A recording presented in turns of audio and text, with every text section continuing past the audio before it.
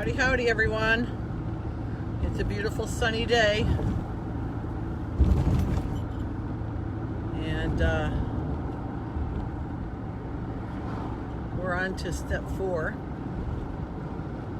So, for those of you that are familiar with it, step 4 is made a searching and fearless moral inventory of ourselves. So, my thoughts on this are actually, what would you say?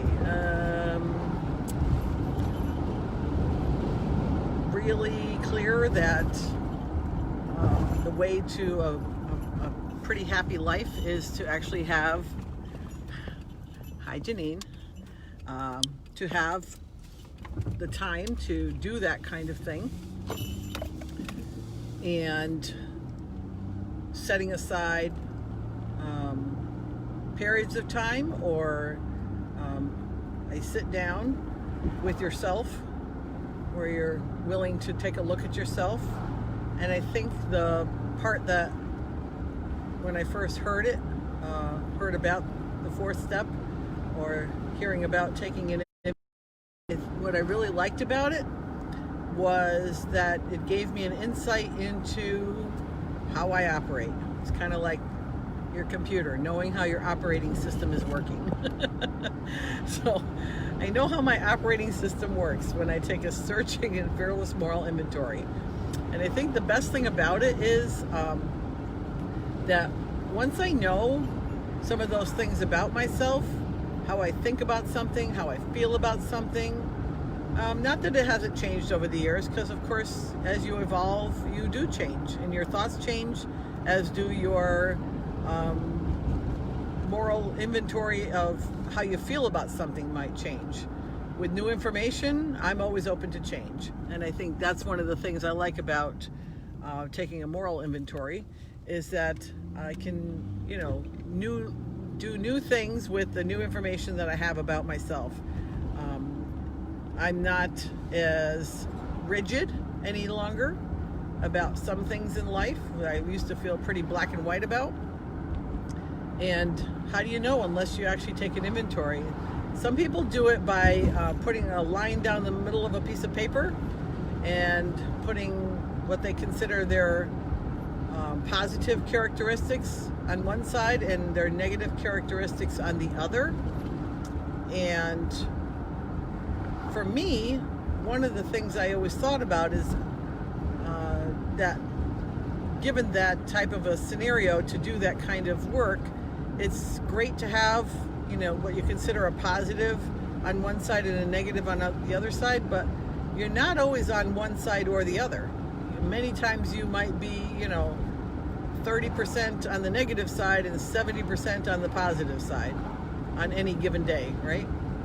So let's say you have a characteristic of being stubborn, and so the opposite of that, well, not sure exactly what the opposite of that is. Being wishy-washy maybe is the opposite of being stubborn. So on any given day, I might be really more wishy-washy than stubborn about something, and there's nothing wrong with that. So does it mean it's a negative or a positive? Depends. It kind of depends on what I'm talking about, right? So I think that's why when you take a look at characteristics and, angry or not angry, those are not places where you're all one way or all the other way. And I think that's why an inventory is such a cool tool to learn a little bit more about yourself. Hey Cheryl, hey Marcia, hey Jim. And I think one of the things that's nice about an inventory is that the more you learn about yourself, the easier it is to get along with other people, have good relationships, be a little bit more kind to people who, even if you don't understand why they're doing something, you can just give them the benefit of the doubt and say, well, that's okay, that's how they want to do something. And there's nothing wrong with the way they want to do it, just because it's not the same way you might do it. So I think that's one of the things that comes out of an inventory, is that ability to kind of see the world in a better place, or yourself in a better place in the world, that you kind of understand where you're coming from so that you can better understand where other people are coming from. And the other thing I always liked about the thought process of doing an inventory was when they use the word fearless. That means taking a look at your good qualities and maybe your shortcomings, your places where you don't feel like you measure up, even if it's your own decision about where you measure up. It has nothing to do with somebody else necessarily. So I think that's one of the things that is important, is to allow yourself the benefit of the doubt, to be a little kinder to yourself about what you might think are negative things, because maybe they were something that was ingrained in you when you were younger, to be a certain way, and maybe that doesn't suit you anymore, and it was maybe a positive at that time or maybe a negative at that time, and then when you switched it over, all of a sudden it became more of a positive or more of a negative, depending on the thing. So I think that's one of the things that happens when you take a fearless inventory. You're willing to look at both sides of the coin, so to speak, and not be afraid of what you find. So if you find that you are angry all the time, or you are disappointed all the time, or you are stubborn all the time, or whatever the case may be, that you don't have to be fearful about finding that information out. You can say to yourself, well, this is good information to know about myself, and maybe it's something I want to shift a little to the right or left about that thing. And so that you are more in sync with yourself, not necessarily all other people or the whole world or anything like that, but that you are feeling more positive about how you present to the world, how you want to be in the world. And I think that's an important piece, because it's all about relationships at the end of the day, no matter what. Do you love people, or do you not want to be around them? And I can be loving to somebody even if I'm mad at them, believe it or not. You probably can too. If you think about it, it's like, let them be who they are. There's plenty of times where I can be mad at somebody. It doesn't change the fact that I still love them, especially if it's family. If I don't like what somebody's doing or that kind of thing, it doesn't mean I stop loving them or I stop caring about them. I just maybe don't like that particular behavior. But until I know myself better, it's kind of easy to point the finger at somebody else about they did this or they did that, and not look at my own piece of that. So for me, that's an important thing, is to know where I stand. And maybe I was being judgmental. Who knows? Until I'm willing to look at that fearlessly and not say, well, it's all them, and just pass it off. Because everything has to do with more than one person, usually. And depending on who that person is, especially if it's somebody that is very close to you, it's a little harder to have that perspective. So maybe you need to run it by somebody else, a good friend who will give you honest feedback about how that situation looks to them. So I think that's one of the things, hi Deborah, that makes a difference in people's lives. So a moral inventory, taking a fearless moral inventory, is such a freeing thing to do. It gives me the ability to, truly be who I am, not be who somebody else expects me to be or wants me to be, but be exactly who I am, knowing that as I learn more about myself, I can also change and grow and increase my ability to be a better person, whatever that might mean.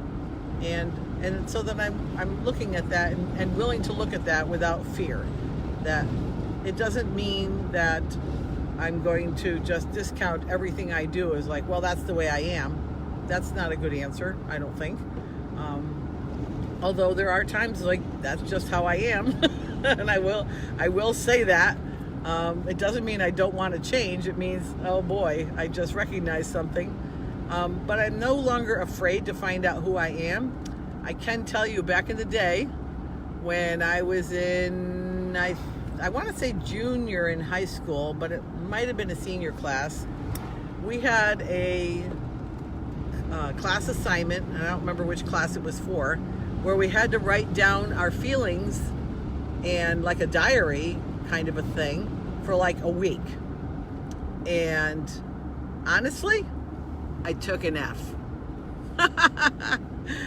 I took an F on that class because I refused to write down how I was feeling. It was a very difficult time in my life. I did not want to look at myself. I did not want to look at how my life really was at that time. And so rather than, I didn't want to just fake it either. Apparently, I guess I didn't even think to lie. I guess that wasn't a thought process at the time, but I could have written down anything. How are they going to know, right? But I didn't even think about that. Like, I just said, I'm just not doing it. I just refused to do it. And I took an F for that assignment. And that's just who I was back then. Of course, you're 16, 17, 18 years old. Those are not probably the highlight of your social being in terms of your lifetime. And so I wasn't willing to take a look at myself at that time. I wasn't willing to even write down any of my thoughts or feelings at that time on a piece of paper for anybody, not even myself, to see. So that was probably a fearful time, if anything.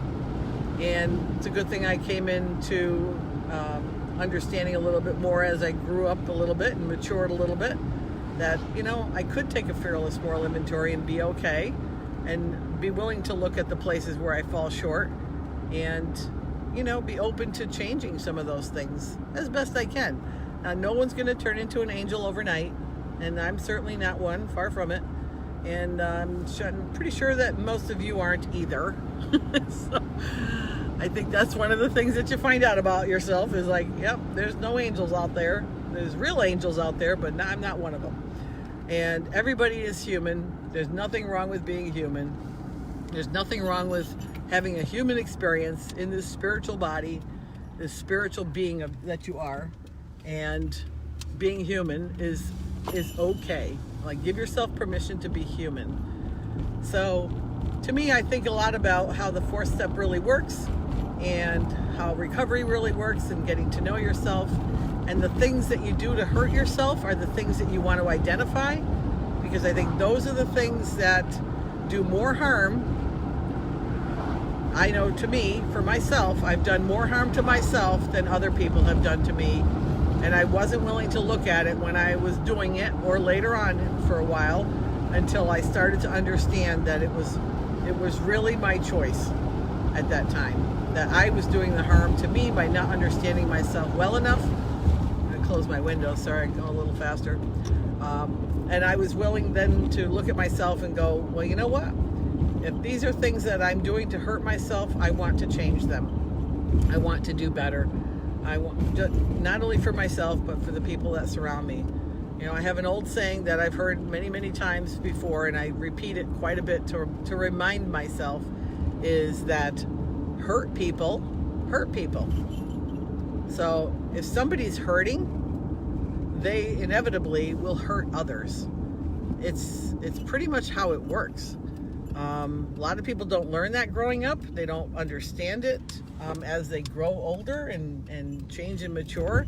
But once you understand that, and you stop hurting yourself, or you yourself are no longer a hurt person, you will then not be hurting others unwittingly or on purpose, hopefully not. But that's just kind of how energetically we work. We're set up that way. And you've probably seen people who take offense at everything. Like, you can say one thing to them and they are on the defense. Like, they're offended by what you have just said. And it might have been just a very simple little statement, or something that was just pretty innocuous that anybody else would take as no big deal. But right away, they are taking offense to that statement. And I think that happens quite a bit. It seems like our country has kind of gone in that direction to begin with. In the last 20 years, it seems like everybody's offended by everything. Like, you can't say anything anymore without somebody being offended. And I think that's part of it, is like there's so many hurt people out there. And the collective hurt of those people translates into all this mayhem that happens in our society. And it's not just the United States, it's the world over. So I think a lot of it has to do with the inability to have introspection and the ability to look at yourself and to see what it is that's hurting you. How can you change that? How can you, sometimes it's just a thought pattern. Maybe you got to change a thought pattern. And what's wrong with that? That's something that's pretty easy to do, actually. It does take practice. It's not something you do once and you're done, but you can actually change your thoughts. We've talked about that before on these talks, is you can think differently. You can train your mind to think differently. So if you choose to do that, then you can then have a happier existence, not only for yourself, but for the people that you surround yourself with. So I think that's very, very important. And I think that's one of the things that I look to doing in life in general, is to, get along with people. Like, this is my species. I should figure out how to get along with them and not be always antagonistic or, I was one who I went to every fight I was invited to because I was a hurt person back in the day. And when you hurt less, there's less of a need to do that. So I could actually talk for a lot longer on this one, and maybe I will take it up again tomorrow, but maybe not. We'll see. We'll see how I feel tomorrow. But the whole premise of the 4-step and taking a searching and fearless moral inventory is that you stop hurting yourself in places where you are either making decisions where you're hurting yourself, or you're allowing yourself to be put in places where you continually get hurt. And I think, hi Ann, I'll wave to a few people here now that I'm parked. I'll wave to everybody, okay? And I think that's important to recognize that, there's a lot of places in my life where I've made those changes because I needed to. I needed to not be hurting anymore. And I decided I didn't want to hurt anymore. So I had to make some changes and make those thought changes, make those physical changes, whatever it might be. But once I know myself well enough, then I'm able to do those things. And that's something I didn't know before I got into some of this kind of work. And internal work is probably the hardest work that people do. I would rather do physical labor than some of this internal work, because you know what? It's not easy, but it is. The rewards are so well worth it. So maybe use that little tool of, dividing line on the piece of paper, and then maybe date it and put a place where you are today, pull out a bunch of characteristics. And if you need help with those, I can post some later. I think it makes a big difference in how you kind of move forward in your day. And each day of your life, how you want to live your life and how you choose to live your life makes a difference. So with that, I'm actually going to spend some time with my grandson, and I'll show you our cool little tricycle that we painted yesterday. It came out really nice. So we're getting all the blue painter's tape off of it. I'm going to post some before and after pictures. He's so excited to have cleaned up this little trike that I picked up on the side of the road for him. So we had a little project, and he told me this morning that it came out really nice, so I can't wait to see it. So I just got here. So I hope you guys have a great day. I'm going to sign off in my usual manner. The sun is always shining. And actually, let's see, I'm going to come out of the car. Here it is. Oh, wow, is it bright. What a beautiful day. Blue skies, puffy white clouds. Couldn't be more spectacular here in Connecticut today, huh? Well, guys, I love y'all. Oh, visit my Tessie. Hello, Tesla. How are you, girl? And I hope you guys have a great day. Signing off for now with love and light. And the sun has always got your back, just like your creator does. We'll talk to you again soon. Bye-bye for now.